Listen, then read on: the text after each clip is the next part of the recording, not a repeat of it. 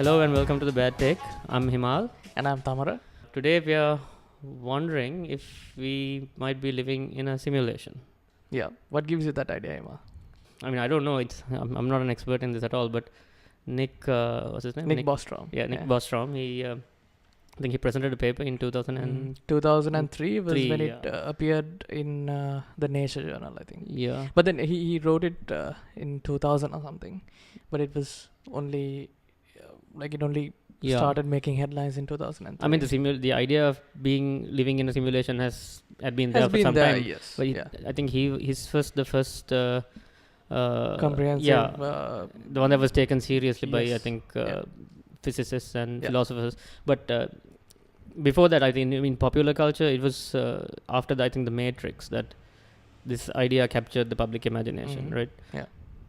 The premise of the movie being that robots, like humanity, and artificial intelligence go into war, and the AIs emerge victorious, and they basically their brains in vats, and they. Okay, about the Matrix though, like I love that movie. It's one of my favorite sci-fi movies of all time. But there's a fundamental issue with that film. It's kind of, like they're using us for as an energy source, right? Not for our brain's processing power or anything. It's just basically as like another battery. Even Morpheus says that himself, which is weird. Why? I mean, we are not the perfect energy. So That's true. That's true. Yeah. So it kind of, I don't know, the whole thing kind of falls apart. Don't you think? No, I mean, I haven't thought about that before. It's completely slipped my mind. But now that you bring it up, it does feel a little weird. Thinking that was the reason. Yeah, I mean, as a motive, that's just kind of silly, and it would make sense if given the billions and trillions of synapses, and it would have made more sense if they had gone in a direction where the AIs were using us for harnessing our processing power, but that's not what the directors went for some strange reason. But anyway, that's beside the point. It was the Matrix kind of introduced. It had been there. It had been around for some time, but the Matrix kind of popularized the idea of this simulation theory, right? And then Nick Bostrom came along and he presented a paper on it, and people really started taking it seriously. Yeah, and we don't want to presume that Nick Bostrom presented this because of the Matrix. No, he didn't. And I think in fact he actually said he hadn't even seen the movies when he wrote the paper. Okay. Yeah. Okay. So anyway, we will link that paper as well in the show notes. Just go and look it up. I went through it. A lot of it just went right over my head, but it's good to just read through. So can you give us like a brief summary of his central thesis? Right. Okay, so Bostrom presented this probabilistic argument that we could just be living in a computer simulation. Okay. And he starts his paper saying, I'll just read from the paper verbatim. This paper argues that at least one of the following propositions is true. Number one, the human species is very likely to go extinct before reaching a post-human stage. Number two, any post-human civilization is extremely unlikely to run a significant number of simulations of their evolutionary history. And number three, we are almost certainly living in a computer simulation.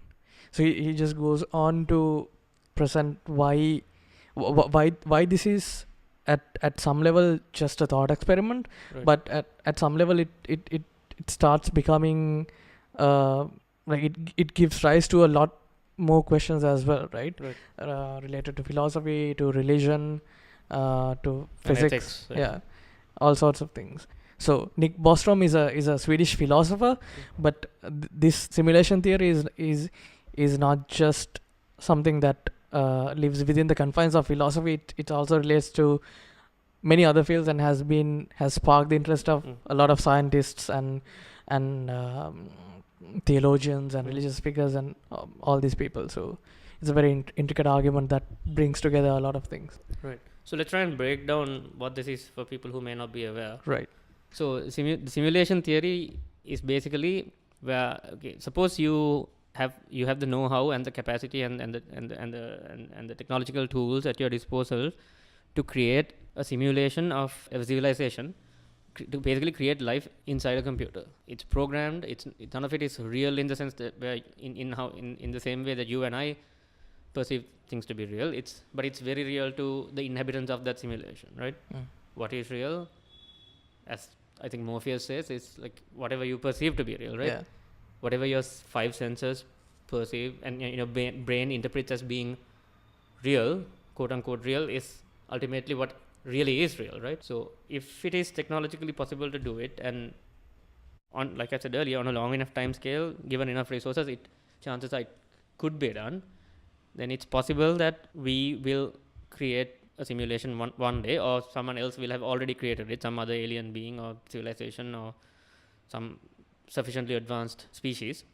So given that the universe is so vast, statistically it's very possible that we ourselves are living in a simulation already. So if you follow Nick Bostrom's 3 presumptions, propositions, it's that that humanity will not reach a post-human stage, right, by which he means basically a stage where we will not have to worry about the stuff that we worry about on a daily basis, like like having enough food to eat, having a shelter, the basic needs that we have. If we just assume that all that is taken care of and everything runs very smoothly, and we evolved to a stage to the point where we are not even human anymore. We are just kind of like not recognizable human anymore. We can just if we saw it's the next stage of evolution, basically. And the second presumption, the second proposition is that it's that any civilization that he talks about a very strong convergence among all technologically mature civilizations, where at some point they lose interest in running ancestor simulations. Yes, exactly. And then he argues basically that chances are, if you look at the probability of it, chances are we are almost certainly living in a simulation. Yeah. So what would be the implications of this if it were true? First of all, tell me, do you think we are living in a simulation? It's like this. I like to think that we are not. Right. Why is that? Because I like the idea of freedom and free will, and it's an ego thing. But no, does living in a simulation necessarily mean that you don't have free will? You can't argue one way or the other with absolute certainty, right? You can't. Of course, like Nick Bostrom says, it's possible that, on a long enough time scale, if a civilization reaches the point where they can simulate a universe, chances are they probably will. Yeah. And if that's true, there could be any number of such civilizations. Yeah. And if you look at this, if you consider the statistics of it alone, it's highly probable that we are living in one. Yes, exactly. But at the same time, it's a lot to wrap your head around. Like, why would anyone even if you had the computing power to do it, why would you go to the extent of creating an entire universe from scratch? Our universe alone is old, like over 30 million years old, with so much history and so many trillions of stars and billions of galaxies. And that's at the macro level. And then microscopically, there's so much going on. And like, to simulate all of that, like, okay, I understand the argument for an ancestor simulation, and also to see, like, to study behavioral patterns and things like that. Okay, but why bother? Why go that far? Like, if you could do it, would you? I probably would, just out of curiosity, but I don't know. I guess it's like this, right? Now, take us humans. We don't really bother about what ants are doing, right? So isn't it a bit like that? If we had so from the perspective of an ant, we are like a god, right? So would we go to the length of manipulating their behavioral patterns and creating a nice little world for them to live in, just to see where that goes? If your field of study was insects or something, you just But then again, like, as I just thought, just for the lulz, would you do it? that's like the argument. That's the line of thought, right? If you had the resources for it and the time for it, I guess maybe not most. That's generalization. You get at least if you get the stereotypical mad scientist. Yeah. That is something they would do, right? If they could, just to see what would happen. But that kind of raises all sorts of ethical questions about. These are, if a simulation or not, these are conscious beings, right? Yeah. They feel pain. They they can be happy, sad, and they go through all the shit that life has to throw at them. Whether it's simulated or not is a different matter, right? I mean, disease and divorces and breakups and getting fired and like all those hardships of like real life, right? And so ethically, would that be all okay to subject your simulated creations to all of that just for science, as they say, or even for the loves? In a post-human civilization, the ethics might differ from what we have, right? So maybe it's perfectly okay to do that. I mean, I disagree. I don't think it's ethical, but there's a strong possibility that the need for it, I mean, if it serves some kind of usefulness, it'll probably serve as a, like, I guess, again, it depends on who's running the simulation, right? If they can make a strong case for why they should do it, I suppose most people would. But anyway, this is all. Yeah, but is it really different from, say, us using guinea pigs and lab rats, though? Like, do we? Well, I mean, there are all sorts of ethical questions about that. We already know that's ethically questionable, right? Like, it is ethically questionable, but it happens all the time. It happens all the time, but then it shouldn't. Like, hopefully someday we'll figure out a way to not do it. Yes. But okay, fine. Let's leave aside the ethics. Okay. Say simulation is technically possible. Mm-hmm. I mean, right now we are not at a stage where it is technically possible, is it? Can we make a simulation of? No, we can't. No, we definitely can't. We can't make a realistic simulation. No. But do you think at the rate that technology is progressing right now, do you think sooner rather than later we would be able to do it at some point? Yeah, very difficult question to answer, but I guess we could. But then again, we also have to understand the dynamics of what a post-human society might look like.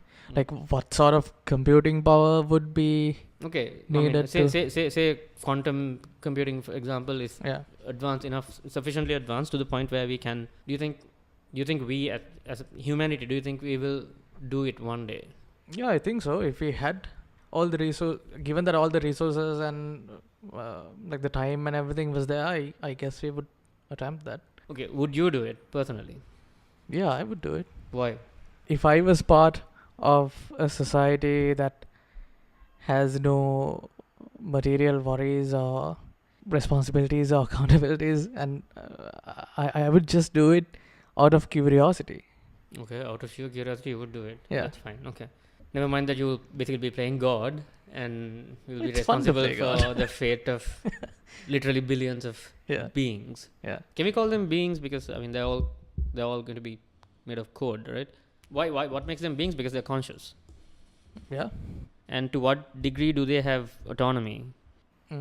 I think we will have to assume that it's only up to the extent that the creators of that simulation grant them autonomy.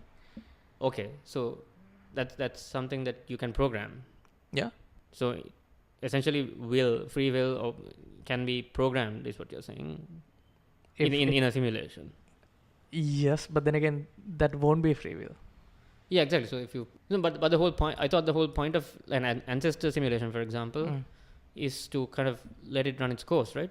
Yeah. You introduce certain variables, and you see how your simulated civilization adjusts itself to those variables, right? Mm-hmm. That's the whole point. And in order to do that, they kind of need to have a close approximation of what we understand is free will, right? Mm-hmm. So then, if they are conscious beings who have free will, doesn't that place an enormous responsibility on your shoulders? Like, you bear the burden of making sure that they're okay, and would you personally have like a hands-off approach where you kind of like do it, you create them, and you wash your hands and you're done, and like you.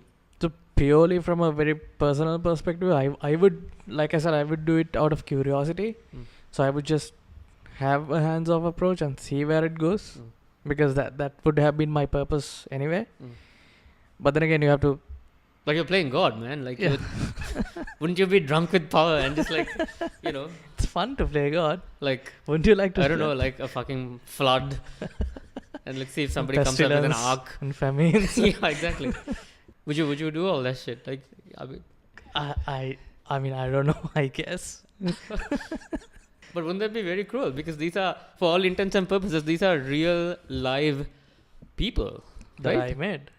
regardless of the fact that you made them. Actually, did you even make them? Because okay, you kind of create the spark of life, right? And then it kind of evolves from there.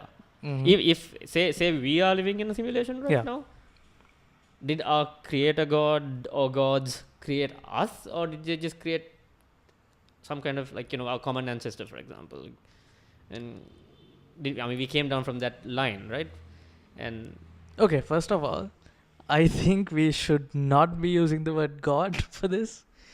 For like purely, it's like this, right? Say that we are in a simulation, and like in the beginning, you asked me if I think whether we are in a simulation, and I said no. And one of the reasons is that a lot of the things that had happened for us to be able to, for us to be at this point in the year 2019, the state of humanity now, it has all been a series of random events, right? From the beginning of life, from the creation of the universe to the formation of the solar system and the formation of the moon and the planet, everything has been random, yeah, but also very convenient, right?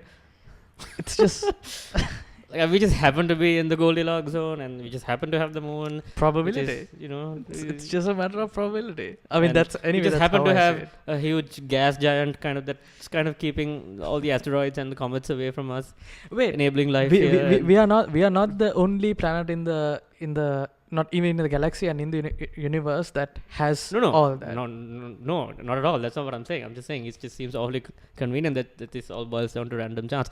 Which I completely agree with, by the way. I don't. Right.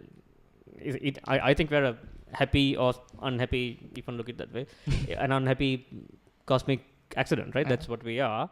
That's what I think. But if somebody were to argue that it was by design, I mean, those are the things they could point at, right?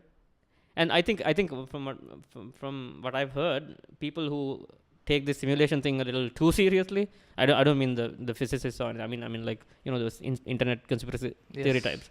I think they point at things like the cosmic speed limit, for example, and such as being like rules, like even the laws of physics, as being designed for our particular simulation / universe, and that they kind of show it as proof. And then some people I think point to bizarre incidents that you can't really explain using our basic laws of physics, and they kind of refer to them as like the glitch in the Matrix, like in the movie, where Neo sees a cat moving past a lift, and then the cat reappears like a split second later, right? And then like deja vu basically. So in the movie they explain like how they explain deja vu is as being a glitch in the Matrix, and then that's how they kind of know that shit is about to go down. Right? That makes sense within the universe of the movie. But if we operate on the argument that simulation theory is real and very highly possible, then how would we know that we are in a simulation? What are the tells? Would there be any signs? So let's just take modern science, right? Let's just assume that this progress in scientific discoveries that we are seeing right now started with like Galileo, Isaac Newton, William Herschel, those guys, right? And in less than 500 years, we have discovered so much about the universe. And if we just think about what we know today, we couldn't have imagined a lot of it just 20 years ago. So I think there's a pace that not everyone was quite ready for. So if we keep going at this pace, I think we'll just looking at the possibilities, the explanations for phenomena that's out there in the universe. That number just doesn't make sense to me. Like how would someone who is making a simulation code that all in, like all the possibilities of. So then, I hear what you're saying, but then I guess the question is, at what point does the simulation begin? Does it begin at the Big Bang? Does it begin at the creation of the solar system? Right. Is it when the first creatures walked out of the ocean? Is it when our ancestors when at what point does it begin? Is it when the first humans walked out of Africa? Or like at what point does it begin? Or is it even more modern? Is it like we've been here for say 500? Okay, so did it begin 500 years ago, for example? Yeah, maybe. So for me personally, I think I can't even just fathom the power that would be required to just simulate like the mind of one person. Yeah. So if you think about everything else that has to be simulated along with it, like we're talking about civilization here, right? Yeah. Let's just take one person, Yeah. one individual. Right. What's the computing power for Okay, one brain? so one human we brain? did find this calculation someone had done, and now there's a huge assumption behind it, which is we have to assume that consciousness can be simulated. Do you even know what consciousness is? We don't know what it is, to be exact. We just It's still pretty undefined, right? Yeah, we have a rough idea, but we don't know. It's just an emergent property of all the synapses firing. Right. But what gives rise to consciousness? We don't understand We're it. a long way away Yes. from simulating anything close to Yes. human consciousness. Yeah. I mean, all these clickbait articles are constantly referring to as AI is not really AI. No, they're right? just It's pattern just recognition. Exactly. Yeah. They're like kind of glorified algorithms, right? Yeah. So true AI is a long, okay, maybe not a long way away, but it's going to be It's a while, still right? a leap. Yeah. Yeah. So let's forget all that and let's just assume that consciousness can be simulated with the use of a computer. And then we have to define the operations that take place inside the brain, right? So let's just assume that one electric signal that gets passed through a synapse is one operation. So if you take that as a basis, then the brain runs on 10 to the power 17 operations. That's 100 million billion operations per second. So just to make the calculation easier, we'll make it 10 to the power 20 instead of 17. Right. And then let's assume that so we can't just simulate one person and be done with it. We have to simulate a whole civilization for this to work. I think up to this point in human history, there has been about 100 billion people who have been 7 billion of them who are alive now, and a lot many others that have come and gone. So let's just assume a 200 billion population throughout history, and one person has an average lifespan of 50 years. So to come up with the number of operations needed to simulate this civilization, we have to multiply that 200 billion by 50 years per each person. There are 30 million seconds in a year. So you multiply by that, and there are 10 to the power 20 operations happening in one brain in 1 second, and you multiply by that, and the number you end up with is 1 million trillion operations per second. In scientific units, that's 1 million fuck ton. Yeah, basically that's to simulate this civilization. So is it even possible? Can physically, is it no possible computer to physically build that a exists, computer that? I mean, no computer that currently exists is Not currently, nowhere obviously, near this. Even quantum computers can't do this. Yeah. There are possibilities, of course. You've heard of Dyson Spheres, right? Yeah. So Dyson Sphere is basically a hypothetical Structure, hypothetical mega structure. Yeah. Like, for example, think about, I don't know, what's the tallest structure around? The Burj Khalifa. Think about something that's 1,000 times bigger than that. No, even more. 1,000 is not even close. No, right? I mean, you're talking about surrounding a star. Yes, think about something that's big enough to surround the sun. That's the scale that we're looking at. That's to simulate that many. Yeah. So if you can build a Dyson Sphere, right, that can power itself using the energy. But wouldn't quantum computers make that considerably smaller in terms of physical properties? But there has to be a source of power. Yeah, right? yeah, that's true. That's true. So we're talking essentially you require a huge amount of energy, right? Yes, an unfathomable amount of energy. So which makes you wonder if it's even feasible, right? Yeah, there's a hypothetical computer called the Matryoshka Brain that's based on this. Like the doll. Yeah, the doll. Yes. Okay. So it basically is a Dyson Sphere that powers itself with the power of a star. Right. Sounds like a lot of trouble to go to just to create some random people on. Yeah. Like why would anyone do that? So that's apart from, I mean, don't say for the lulls. Yeah. Apart from I that, mean, yeah, that's one of the other assumptions, right? Yeah. In the simulation theory. Yeah. So the first one being what we just said. Right. It's possible to simulate consciousness, and if it is, that's a leap right there. I think. it is a Yeah. leap based on current understanding, Yeah. anyways. And then if that is possible, of course, we have to assume that technological progress will not stop. Or that they won't destroy themselves. Yes. Yeah. So that we will come to a point where we will be able to do this exercise in the first place. And then if that is also true, of course we have to assume that we will not destroy ourselves in the process, and then we have to assume that someone will be interested enough to do this. So that in itself is an assumption, and I also assume that they will accept that it's ethically okay to do it. Yeah. And I don't know, I can't get past the first three assumptions, so Yeah, I mean those I are don't know. huge assumptions to make. yeah.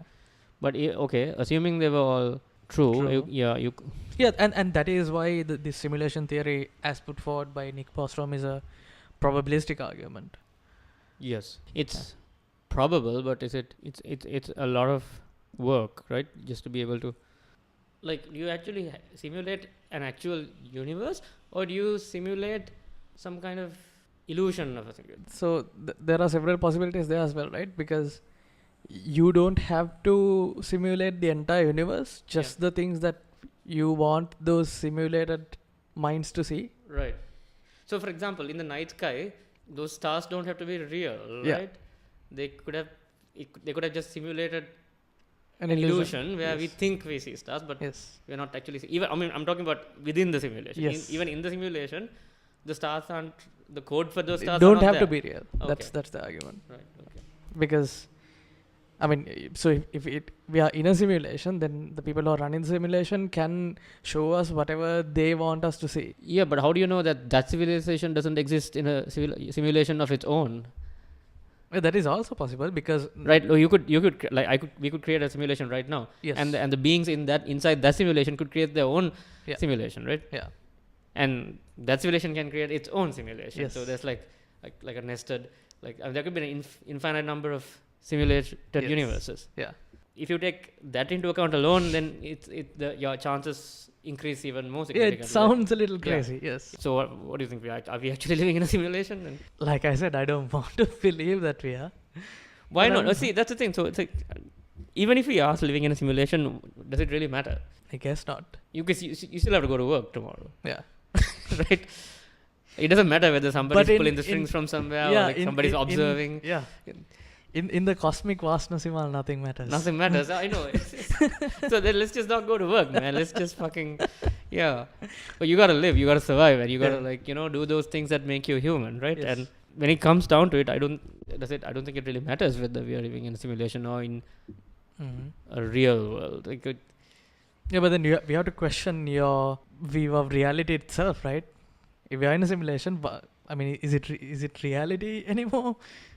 Like you have to. No, but then what is real is what you What you say, perceive yeah. to be real, Yeah, that's right? true, So that's true. And then then again, that's another philosophical argument. Like for example, I mean, what exactly is real? Now, this cable is black. yeah, But what is black? whatever your brain wants to believe is black, I suppose. Yeah. I mean, it's not. As long as there is a like- constant stream of stimulation, then it Yeah. doesn't. I mean, black or any other color. It's not. But then is my black the same as your black? Or like, is it white or gold or is it blue? Yeah. No. That's okay. That you can argue that is an optical Spectral illusion or whatever. difference, But okay, what my idea of what I call red Yeah. is that you're red also, That's or right, do yeah. do you see blue and do you call it red, and you think when I say red you just assume that it's your blue. Yeah, that's the thing, right? There is no standalone thing called red. Like you can't take the redness out of something. Right, but Right? then it's also part of the visible spectrum. So Yeah. then Yeah, but it's a physical thing. It's a physical property. We have assigned it like a value or whatever based on our perception. so of it's it, right? it's just. Yeah. I mean, it's not just a movement of electrons, right? No, actually it is, because It is, what is but- real is what Yeah. like basically chemicals and electrochemicals in your reactions in your brain, right? Yeah. That's what we Oh, isn't that what the great Morpheus said? He was also wrong about the battery thing, of course. That was a dumb mistake to make. What were the Wachowskis thinking, really? I mean, they got everything else right. It's just a one crucial thing. Okay. So, are we taking the red pill or the blue pill? Blue pill. No. The red pill, it has all these political connotations now, no? Because of the fucking alt-right types using the red pill as a kind of a metaphor for being their version of being woke, basically. Right, yeah. So, okay, aside from that, everything is political now. Yeah. Anyway, so what do you think? Do you think we're living in a simulation? Do you think it matters if we're living in a simulation? Do you not want to believe we are living in somebody else's basement in some I think computer? For me personally, for me personally, that's it. Like, it's an ego thing. It's an ego thing. Completely. You don't want to be somebody's Xbox character. No. Why not though? You're calling the shots, right? Are you? I mean, do you really know what you're gonna think of next? You don't. There's no free will, Hema. There is. Maybe let's do an episode on that. Right. Sometime, yeah. All right. So with that, we'll wrap this up. Thank you guys for listening in. Give us a shout on Twitter. We have a Twitter account now at The Bad Take. We have our own website, I think. Yeah, you can go to thebadtake.com. It will still take you to it'll just redirect you to our Yeah. anchor page. We are working on the website. Yeah. Don't expect it anytime soon. Yeah, it'll take some time. All right then. But anyway, just let us know what you think on Twitter. We are both on Twitter now. Himal is at Himal KK and at Master Thamaru. Yeah, and of course you can tweet us at The Bad Take as well. Yeah, and please give us maybe leave us a review or like I don't know, what you think is fair. Yeah. Can be 5 stars, 4 stars, 3 stars, even 1 star is fine. We'll take it. Just want to say that we are not experts in any of these topics. We are just kind of doing this for the fun of it. It's just a hobby. Yeah, I mean, if nobody should take this too seriously. If all this did was give you a reason to like read about this stuff yourself, then we're happy with that. Yeah. So let us know. All right. Catch you guys next time. Peace.